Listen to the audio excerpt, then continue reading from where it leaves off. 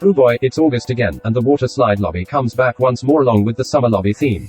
This is also the first lobby I saw 2 years ago when I first started playing this game back in August 2020, which was also the release date of PSO2 on Steam.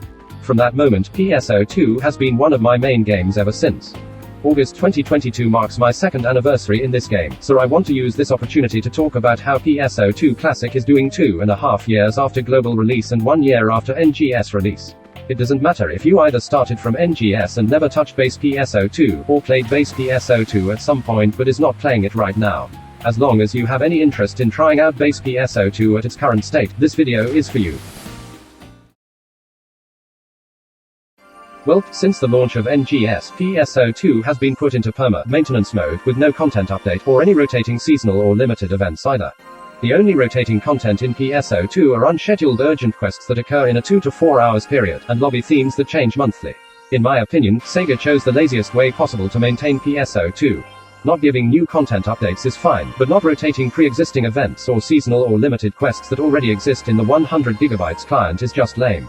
The only good thing coming out of this is probably that there are no fear of missing out elements, so players can set their own pace in this game.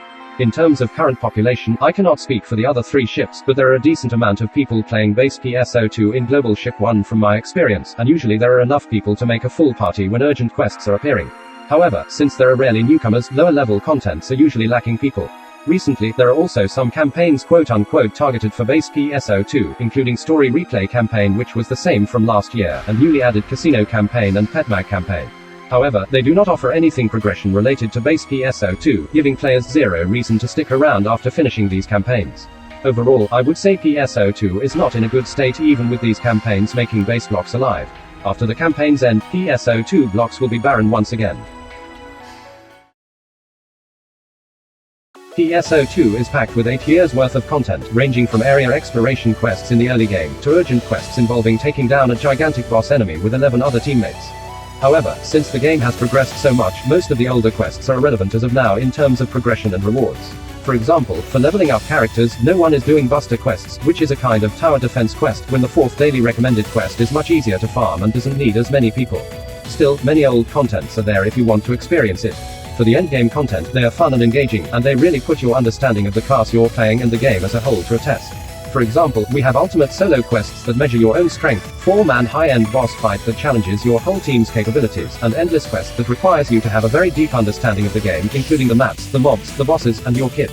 Even the weekly divide quest, a core part of endgame progression, gives various experiences and keeps you engaged.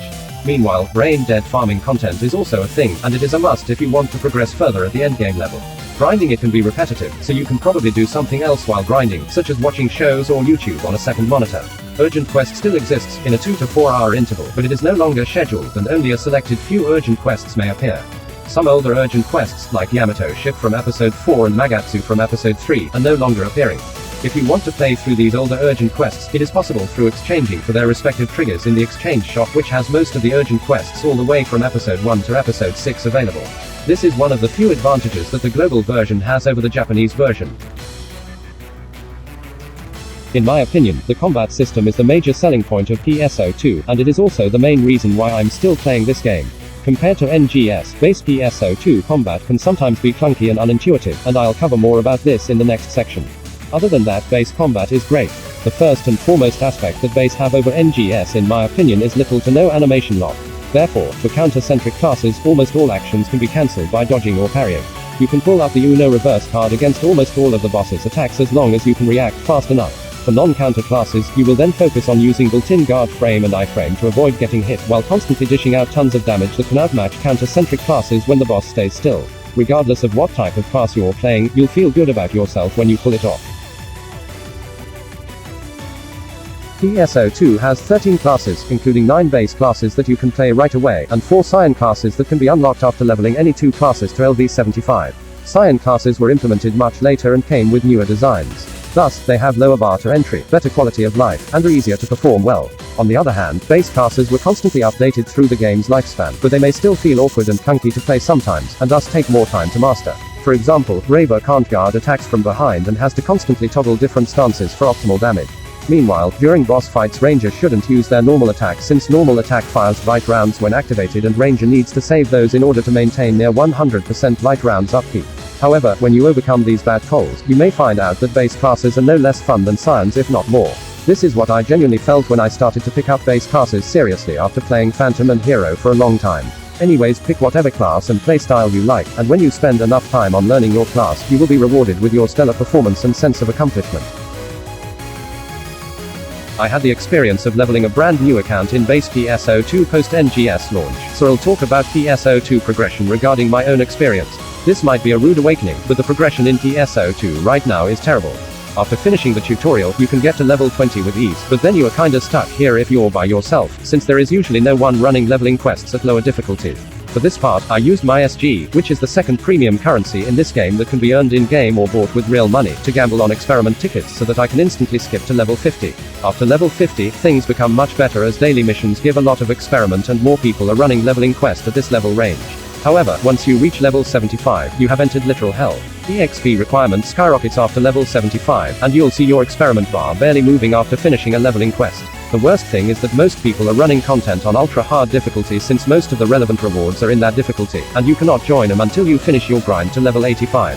Once you reach level 85, congratulations, you just unlocked the best part of this game. You get your final class skill unlocked, and most if not all the new content introduced in episode 6 are available to you. You get to do the challenging quests for fun, and the grinding quests for a lot of in-game currency and fodders for making endgame gear. However, the barrier of getting to level 85 may and will scare a lot of people away.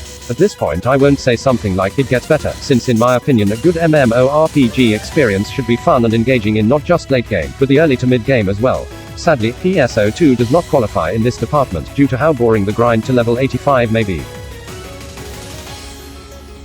Upon first glance, affixing gear seems like a boogeyman to a lot of people, especially for those who played some amount of base PSO2 before. A fixing system in base is indeed unintuitive and messy. You'll need an additional source to check how to synthesize a certain augment, and you'll need to keep an eye on every unit drop to keep the valuable ones with useful fodder augments on it. The most mind-boggling thing about base affixing is that you cannot do the affixing process gradually in a normal sense. In NGS, you can choose to add capsules all at once, or add capsules one by one, and for affixes already on the unit, they will be at 100% success rate for every affix process afterwards. However, that's not the case in PSO2. Affixes on a unit only contribute to the recipe just like fodder units, and a single affix process will rewrite affixes on the unit completely. With all of the unintuitive aspects, affixing in PSO2 may be terrifying for those who are attempting to make some better gear. Nonetheless, once you get the hang of it after trying to affix a couple of times or spending some time on the affixing simulator, you will find the process of arranging fodder pieces in order to finish the whole affix in a final tap satisfied. So, to summarize, PSO2 is currently on a maintenance mode until Sega does anything new. Has 8 years worth of content, albeit many outdated quests. Combat is fast-paced and thrilling for both counter-centric and non-counter-centric playstyles.